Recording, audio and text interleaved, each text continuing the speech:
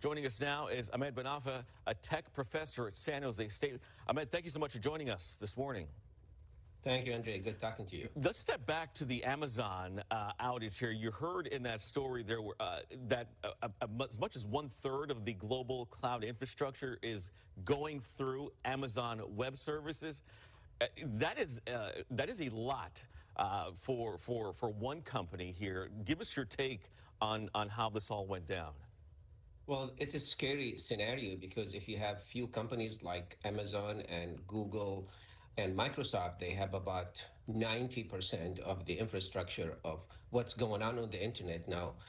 You have three targets. All what you're going to do is just attack one of them, and you're going to cripple so many of the services. You know, I'm telling you that even on the side of the academic Canvas, which is one of the famous, platform for the student to access information about the classes, was down. You know, for the whole period. So what they do is destabilize the trust in the digital infrastructure of the country, and that's going to create a lot of questions. All right, so I guess my question is, if or just a few companies control, access to some of our important resources, what can be done in the future to prevent something like this from happening, whether it was intentional or not? Because we don't know what happened here with Amazon, I guess. That is true, until we hear from them, and we know that from last time it was just a faulty update and cascade to the rest of the network. The issue here, it is actually twofold. Number one is the responsibility of the companies to prepare for the worst scenario.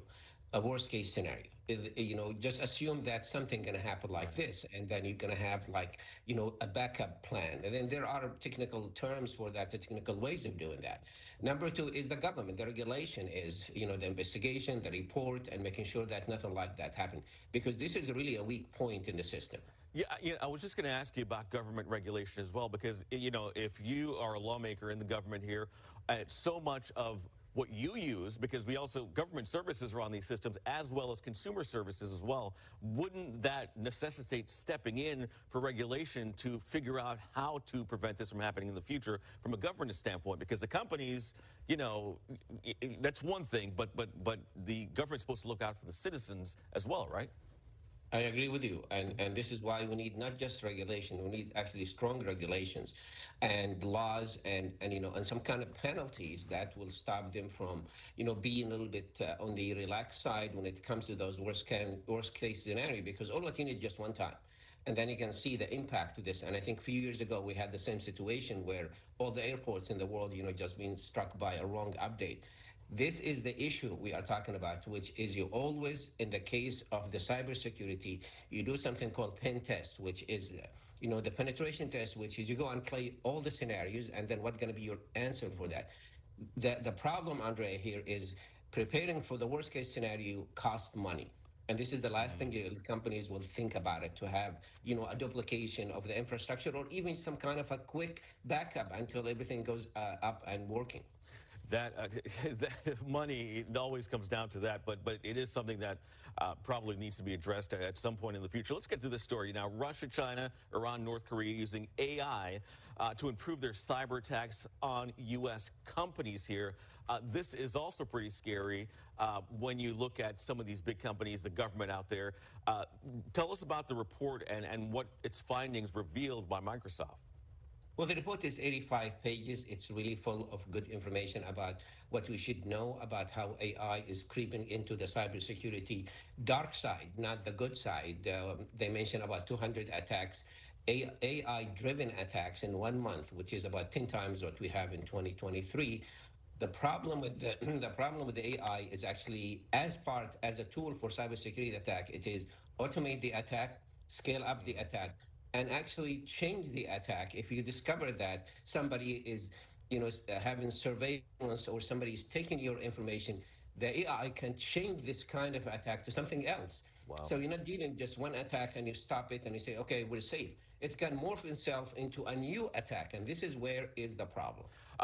And one more thing here. The U.S. is a top target for cyber attacks more than any other country in the world. Can you use AI to counter these cyber attacks from these foreign countries? Absolutely, and the report also talk about the preparedness of the companies. The companies are using old protocols to fight new kind of attacks.